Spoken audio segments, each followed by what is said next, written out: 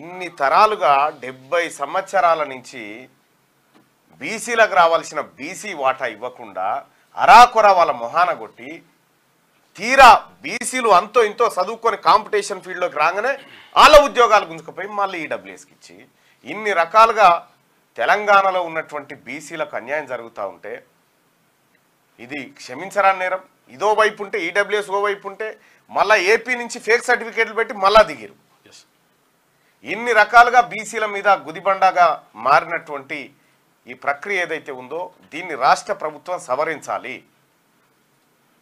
ముఖ్యమంత్రి గారు మేము మొర్రో మొత్తుకుంటా ఉన్నాము, మీకు శవన పడుతుందో లేదో నాకు అర్థమైతలేదు, 3 సార్లు వచ్చి కలిస్తే ఈడబ్ల్యూఎస్ రిజర్వేషన్ సవరించాలని చెప్పి కనీసం మాట్లాడలేదు.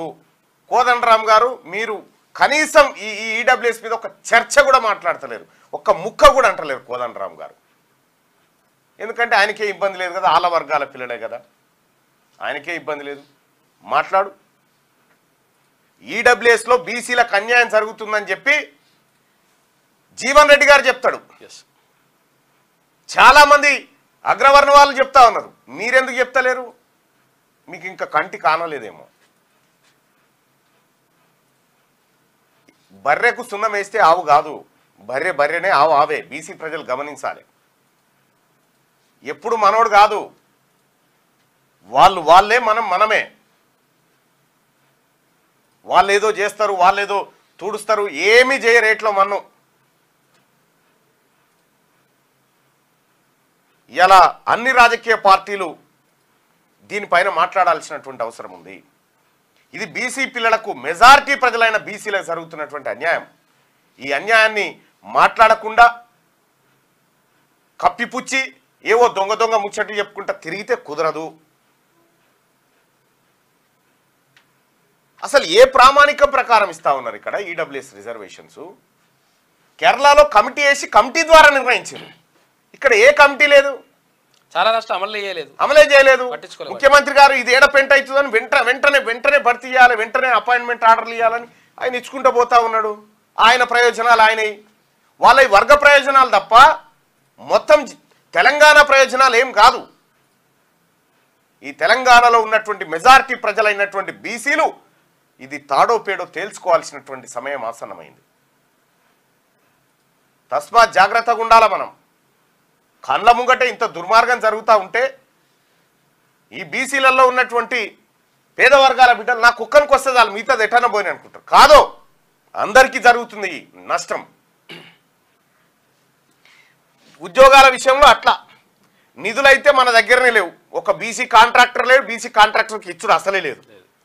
42% నిధులు బీసీ కాంట్రాక్టర్లకు, 42% కాంట్రాక్టులు వాళ్ళకి ఇస్తామని చెప్తే ఏ కాంట్రాక్ట్ ఇచ్చింది లేదు. వాళ్ళే పంచక తిన్నారు, ఎక్కడోడు అక్కడ ఇట్లా కుప్పలు పెట్టుకొని. మరి మన దసరా పండుగ కనుక ఏటకూర కుప్పలు వేసుకొని పంచుకొని తిన్నారు.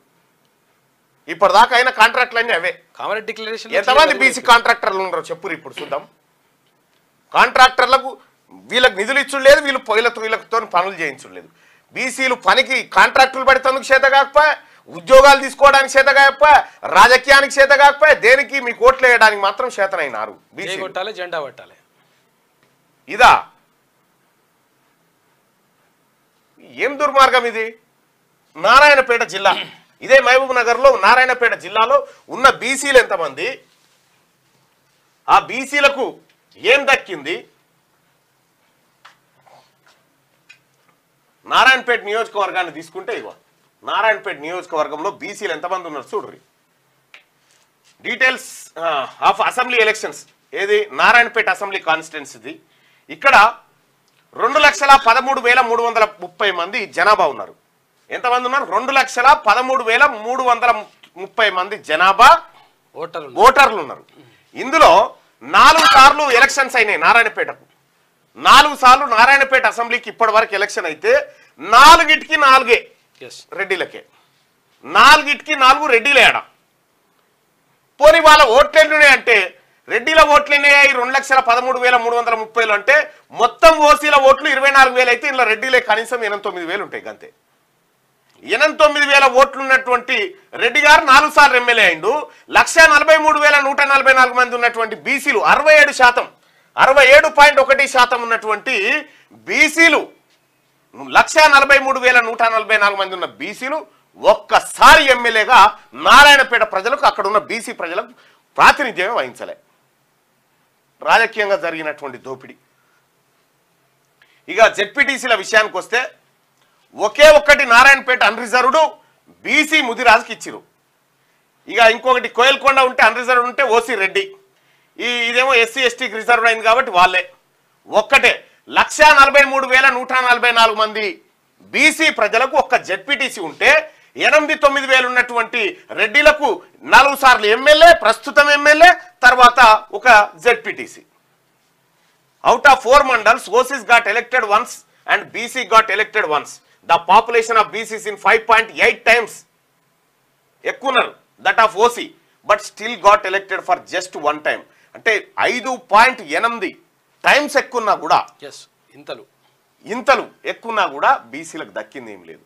ఇక్కడ బీసీలకు పరిపాలన చేత కాదన్నట్టు, పరిపాలన చేత కాదా, పక్కకున్న తమిళనాడులో మంగళ ఆయన ఉత్సవ ఒప్పిస్తుండా, నాయి బ్రాహ్మణ బిడ్డ సిద్ధరామయ్య బీసీ. మొత్తం ఎంటైర్ భారతదేశంలో బీసీ ముఖ్యమంత్రి లేని ఏకైక రాష్ట్రం ఈ ఉమ్మడి ఆంధ్రప్రదేశ్, తర్వాత ఈ తెలంగాణ రాష్ట్రమే. తెలుగు రాష్ట్రాలు తప్ప ఏడగాలే. కాంట్రాక్టులు కూడా చేయరాదా బీసీలకు? ఎంతమందికి ఎన్ని కాంట్రాక్టులు ఇచ్చారు ఈ మధ్య కాలంలో? ఏం మారినట్టుంది? కేసీఆర్ హయాంలో కాంట్రాక్టులు పట్టినోలే కదా, కొత్త వాళ్ళు ఎవరు ఉన్నారు? ఎవడన్నా కొత్తగా వచ్చిందా? ఆయాలో బీసీ కాంట్రాక్టర్లకు అన్యాయం జరుగుతుంది. బీసీల బిల్లులు పెండింగు, వాడు పని చేస్తే వానికి బిల్లులు ఇచ్చేది లేదు, వాడు ఆర్థికంగా చితికిపోయి కొత్త పని చేయకుండా వాడిని అట్లా నాశనం చేసి వడ్డీలో వేస్తే మిత్తి మీద వాడి చచ్చిపోలాడు. కాంగ్రెస్ పార్టీ అధికారంలోకి వస్తే